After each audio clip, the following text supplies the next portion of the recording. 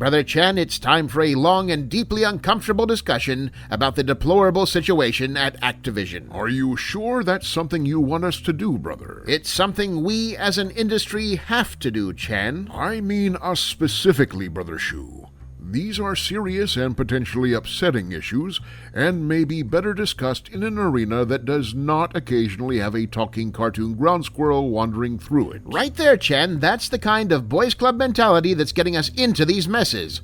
How many promotions have you passed Arnie up for based on antiquated and unfair stereotypes about his species? None, Brother Shu. He's a chipmunk. It's not even technically legal to employ him in this state. All of his work documentation lists him as 54-year-old Paolo Arnofsky of Scranton. And you consider that a valid basis for workplace discrimination? We have to physically restrain him from digging through the break room garbage, Shu. Also, just this past week, you threatened to toss him into the tiger pen at the zoo over wasting office supplies. Well, yes, but have you seen how many staples he goes through? He's got little tumbleweeds of them all over his desk. It's monstrous.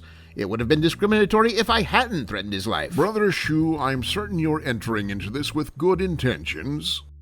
Well, okay, I'm not actually certain of that at all, really, but the fact is that while the industry as a whole does need to closely re-examine its policies and biases in the modern era, our particular studio may simply be too small to foster the same level of systemic inequities as one on the scale of Activision Blizzard. You think so? If that's true, Chan, then where are all the female employees? We only have one female employee, brother, our teenage niece Hanabi. She's currently volunteering at a summer camp. A summer camp? What's she doing there? I don't know. Helping kids make macaroni necklaces, maybe. She's getting course credit. Still sounds sexist. This is all deeply troubling, Chen, and frankly, I'm disgusted.